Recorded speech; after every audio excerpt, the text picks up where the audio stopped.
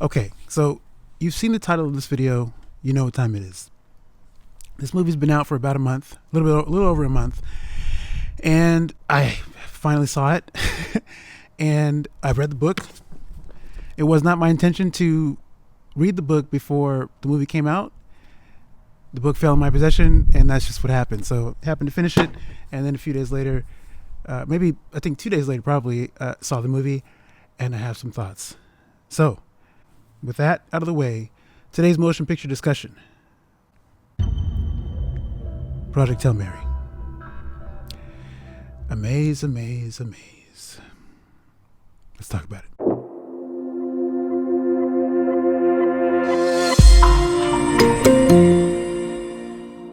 If the end of that intro was any indication, yes, the movie is pretty good. I did enjoy myself, had a good time. I enjoyed what was on display for the most part. I had some qualms, but that does not take away from the soundness of how well this film is made. Everyone involved really came with it, and it's right there up on screen. It shows very well. If you don't know what this movie is about and you haven't read the book, you have no idea what the story is. It's about a man named Dr. Ryan Grace, who is a former scientist who is now when we meet him, he is a middle school science teacher. He gets recruited by a woman named Eva Stratt, played by Sandra Huda, and to ultimately be a part of a team to help save the planet, save Earth.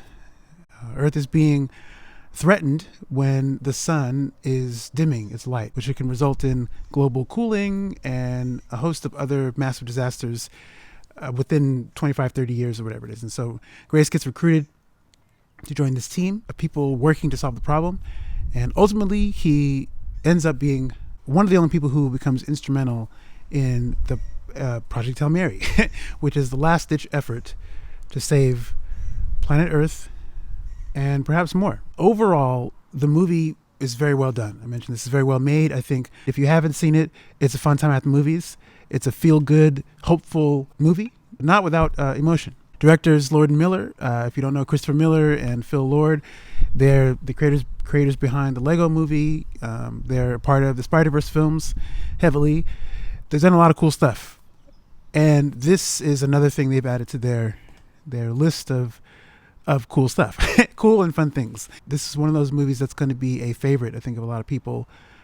Easily probably one of the more anticipated films coming out this year. You could see just from the early trailers, I remember months ago when the first trailers dropped, that it felt like it was going to be something that was fun and that one could enjoy themselves with. I think the writing is mostly sound. There were some changes, I think, to like little things that didn't impact the story too much. Little things that were changed, I think, for the better. That gave people who read the book, I think, will be surprised by some of those changes. Again, they're not big, but they're enough to if you're expecting beat by beat things, which is sometimes it's hard to not do when you've experienced a story in another medium, when you're coming to sort of reinterpretation or redoing of that. You know the beats, you know what's coming and what's not, and so when new things are thrown at you in the vein of what's there, you then weigh out whether or not it fits. And I think sometimes it doesn't always fit, but in this case, the minor changes fit this version of the story. And I think also, so it was well directed, well written, and well acted. The bulk of the work rests on Ryan Gosling's shoulders. No surprise there. And he's good. Also no surprise. He's very good. He plays a lot of the beats. This is so two things. One, he plays a lot of the beats in the story of this version well. I think you have to, and I say that because I think coming into this version of the story, for me, it was a little bit easier to allow the film version and the book to exist as separate pieces. And so that helped free up my system to take in this new version of Ryan Grace. Ryan Gosling wasn't who I saw when I read the book. And this is after having seen the trailer. When I read the book, that's not the face I saw. I didn't see Ryan Gosling. It was cool to me that I was able to me, because that's not always easy to do when you've read a book and then you go to a movie and you kind of see the people, or vice versa. When you've seen the movie first and you've read the book, you end up seeing whoever the actors are that are portraying those characters. This was not that situation. And I had seen Ryan Gosling as the character before I read the book, but the two mediums were very separate in my mind. And I liked that. I liked that I could appreciate this movie on its own merits as a separate thing based on something else. And for what we got, what Ryan Gosling gives us is expectedly sound. It's pretty good. I think he hits the emotional beats very well. We don't get a lot of them. This movie, I think, for the most part, tonally is lighter than the book. Overall, it's more light and more bouncy than the book, and I think Ryan Gosling hits those beats nicely with the humor, and how sometimes the humor is kind of deadpan. It works actually for what's here, and the emotional stuff is really good. I think Ryan Gosling brings if you've seen any of his other work, you know he can do emotional very well. He's obviously very funny. And he can play things very straight very well. So it's good. Ryan Gosling's great. So he's great in this movie. I think Sandra Hüller, again, not around as much as Ryan Gosling, but she plays Eva Stratt with a buttoned upness and a straightness that I think fits with what her role is. She's a high ranking space administrator person who has quite a bit of control. She's responsible essentially for putting together everyone on the team that will form the Hail Mary project. All the scientists, all the military people, everybody involved to make this big giant global team effort to save the Earth, and how it seems like all this is resting on one person's shoulders to set this project up. Much like the actual project feels like, at least from the Earth perspective, rests on Riley and Grace's shoulders. And so the two of them both end up bearing a pretty heavy burden to make sure that Earth still exists. And I think Hüller does a really good job. She's different from me. She was different from the version of the character I read in the book. She was written this way. This is not Hüller's fault. But I think for how she was written, she didn't get to stretch out a lot. It didn't feel like she had enough room to really dig into the meat and the depth of what that character is in the book. I think a lot of this because of how it's written, you have that to blame. And I think tonally, because again the film was lighter, the result is how Hüller plays the character. This is not a negative on the movie. This is just an observation. I think for what's there, she's the next best compelling character in this film. What's cool about the film is that the film suggests a lot of other things that we don't get. Suggests so much more to the character that for this version, it's cool that it's left unspoken. I think there's enough there that we can glean that she's a much deeper individual than what we see from her being the person who gives orders, who's sort of setting up everything. And I think Hüller does a fine job. So one other character I won't talk too much about, because if you haven't seen the movie, I don't want to ruin that for you. But I know for me, I was genuinely surprised reading the book. Even though I saw a trailer, for some reason my brain didn't connect that Dr. Grace was going to be dealing with something else that was not a robot. I thought, this is going to be, he's going to develop a relationship with the space robot that's on his ship or something like that, and that's going to help him figure out the problems that need solving to save Earth. So when I read the book, the story takes a different turn when Grace meets another character. And that character, played by James Ortiz, or voiced by James Ortiz, is, for a lot of people,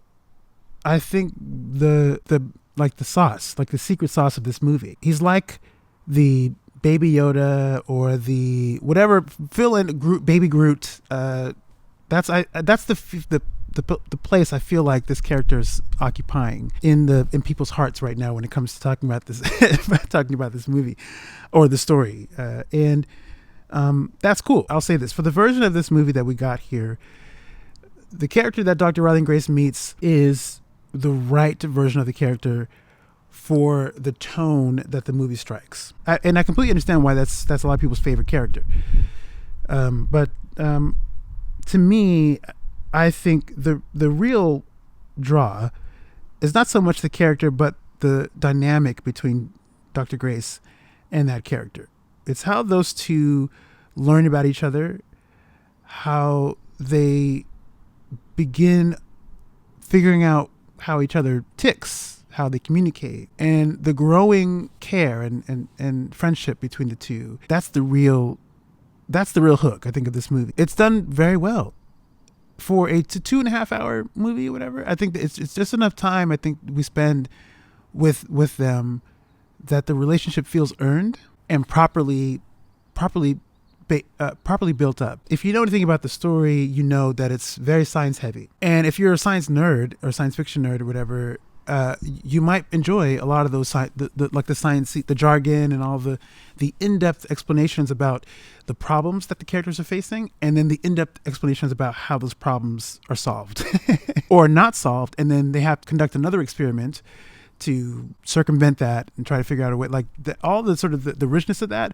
is probably fun for a lot of people. You couldn't really do that in the same way for a movie. I think there are versions of movies that do that and it can work. You think of something like Interstellar, which I've heard a lot of comparisons to with this movie. I don't know if that's all the way fair. I think, but I do think Interstellar is a version of a space movie or a science fiction movie that has a lot of science jargon, a lot of science stuff, complex ideas and concepts explained, and still has an emotional core. This movie, I think you could have done something similar. There's quite a bit of science in the book. I don't know how you could have done it and made it not boring. I think you could have with Ryan Gosling in the mix. I think you could still do it. It could work. It was going to work. But because the science in the movie takes a back seat, what's cool about that is that it allows room for the more emotional stuff to sort of be front and center, and that really drive the story. That's going to drive it. That's what we're sort of, everything's hinged on that relationship. If that doesn't work, the movie doesn't work, because that's all as humans, that's all we care about anyway. Like, why do we care about any of these characters if we don't feel any connection to them? And so I think the filmmakers were bold in one way to sidestep or sort of sprinkle in the science, and somebody had some intuition that the emotional stuff is what's really going to, like, pushing that forward, like playing that up was the way to go. And it's not wrong or right, but it's something about that. It feels like if you want to make it a project that people care about, I think the character dynamics are more important. It also has a better chance of appealing to more people than science heads. And so 10 points to Gryffindor for that. They did a good job with that. That really is what's the heart of the movie. Speaking of character relationships, this is one thing I actually appreciated about this movie, and I appreciate when stories address this, which is romances. This movie doesn't have a forced romance. I love that. The book doesn't either. And but that said, there are suggestions of romantic dynamics at play between Grace and Eva Stratt, and it's played very subtly. It's not in your face, not direct.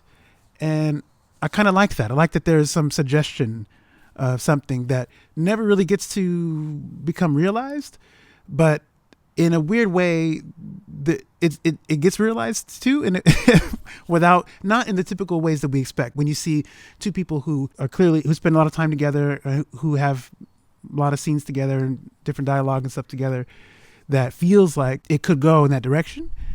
And I think the suggestion of it is enough, because obviously this movie really is about Dr. Grace and Rocky. Like, that's the relationship. That's the romance, if you will. That's what the audience is supposed to care about. That said, on Earth, Eva Stratt and Dr. Grace, there's something there. And it's kind of cool that it's not overly drawn out. There's not even any dialogue in the movie about it.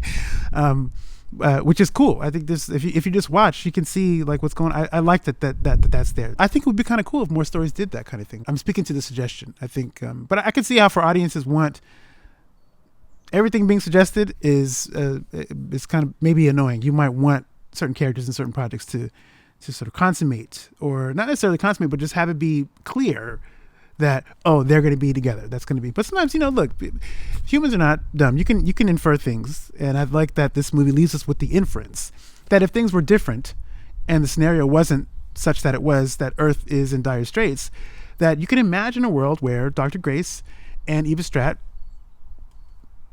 embark upon a romantic relationship. And I like that we don't see it here, but it's out there in the ether and the headcanon, and you can another universe version of it or whatever that looks like. Perhaps that might be explored in a sequel, which if you know anything about this movie, you've heard this probably talk about a sequel, which I don't know that it's the best idea. I feel like this movie, I don't know that you should make a sequel to this movie. I mean, whatever. Look, studios are going to do what they're going to do. They're going to, there's a lot of money involved. This movie did very well at the box office. And so the incentive is there to make a sequel. The potential is there to make a sequel. You could potentially make a good movie. It could be a good movie. I don't know what you could. It's hard. Like anything else, it's hard to see it before it's been seen. So my initial feeling is no, I don't want a sequel. But hey, somebody else might want to. That's the same thing about several movies though. The Quiet Place was another one of those. Man, why would you make a sequel? That movie was so good.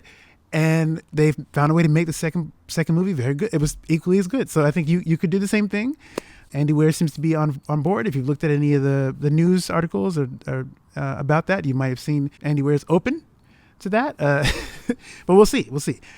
Having said that, I think this movie is just fine the way it is. It's a perfectly self-contained situation. I think it works very well as a single story.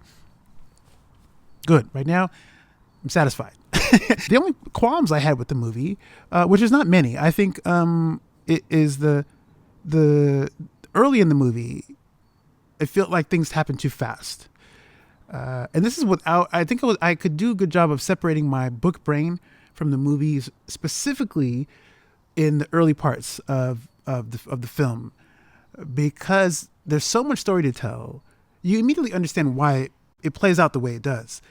Because you have to get things rolling relatively quickly to get to the meat of the story, and you obviously don't have that same real estate that you do in a book. But I was feeling it within the first 10 minutes of the movie, how I was being jerked as an audience member from one thing to the next, and not really having enough space to sit in the situations with Dr. Grace.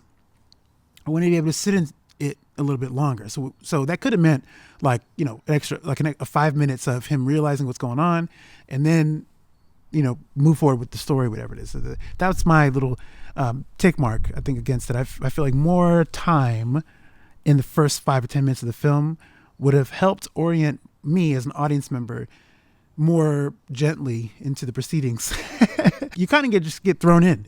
Oh, the cuts. There's quick cuts. There are a lot of quick cuts within those first 10 minutes of the movie before you get to the first sort of real step into how the story begins. I would have liked more slowness there. The other thing that came up, and I don't know if this is really a negative issue, but this is something that I thought about. Ryan Gosling is great. So no shade to Mr. Gosling on this project.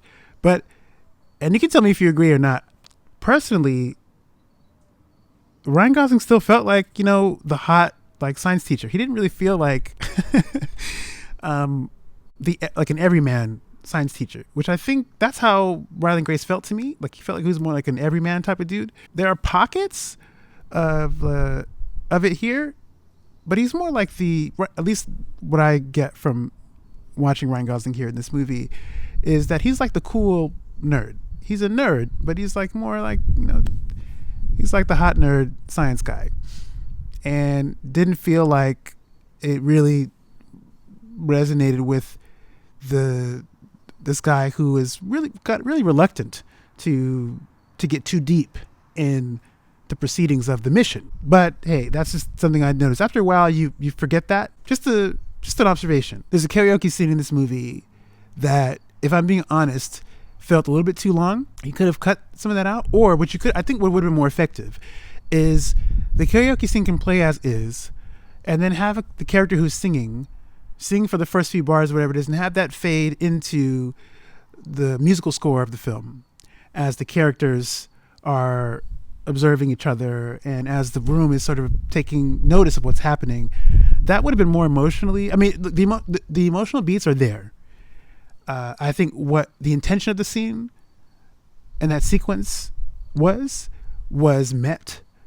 I just felt like it was too long and either could have been trimmed or played as is and really let the characters do A lot of that, a lot of it's actually great acting that's happening on display, because even as the character is singing, there's eye stuff that's happening, that there's stuff being conveyed that's not being said by dialogue, and vice versa. Dr. Grace is watching this character, and you're seeing the different stuff. This is Dr. Grace and Eva Stratt. There's a lot happening between the two of them that's not being spoken, and I think it's still there. But part of it felt like it dragged on a little bit too long with the amount of singing that was happening.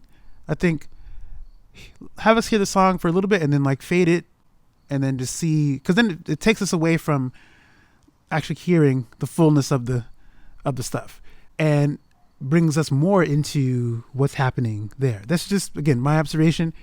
It's not wrong. It's not bad. It just felt like it could have been trimmed a little bit. But I love that. I actually enjoy that scene a lot because of what's not being spoken. If you just watch it, it's beautiful acting and beautiful from a character perspective. I did enjoy that. Outside of that, I don't think I have any other complaints. I enjoyed the use of different songs that were used in this movie. Daniel Pemberton, who you might know from the Spider-Verse films, he did the music for those films. He did the music for this, and it's great music. The score itself is fantastic. It's perfect for this movie. I found it actually much more perfect, specifically for the visuals on the screen. So when there are like crazy colors and prism-y type things and lens flare things going on the screen, the moments where the score kicks in for those things, it feels like it's one of those things where it feels perfectly matched to what you see. What you hear and what you see it's almost as if it's the perfect, from heaven. They just said, hey, this is what's going to be, and it just was there. It was just, if you, in your wildest dreams, whatever you imagined for what you see on screen, the music does that. That's the music of the score does that. And so I haven't given a lot of attention to Daniel Pemberton outside of the Spider-Verse movies, but this movie actually makes me want to go and find his other scores, because he did a great job with this movie. Other than that, I have nothing else to say. I think that's going to do it for this review. If you're still hanging out watching this review at this point, thank you for taking the time to listen and hang out, talk about this movie. It is a good movie. There are some people who don't like it, which is fine. Again, as always, I recommend you make your own decision and decide whether or not you want to see it and how you feel about it. That's on you. I think I'm just talking about it because I had some things to say. I thought it was fun. It was light, and it's one of those nice light movies that feels right for the spring season. It feels like that's the energy you want to be feeling. So if you haven't seen it yet and you're considering, do check it out. It's pretty good. Stay tuned. More reviews on the way. In the meantime, take it easy, and I'll see you in the next video.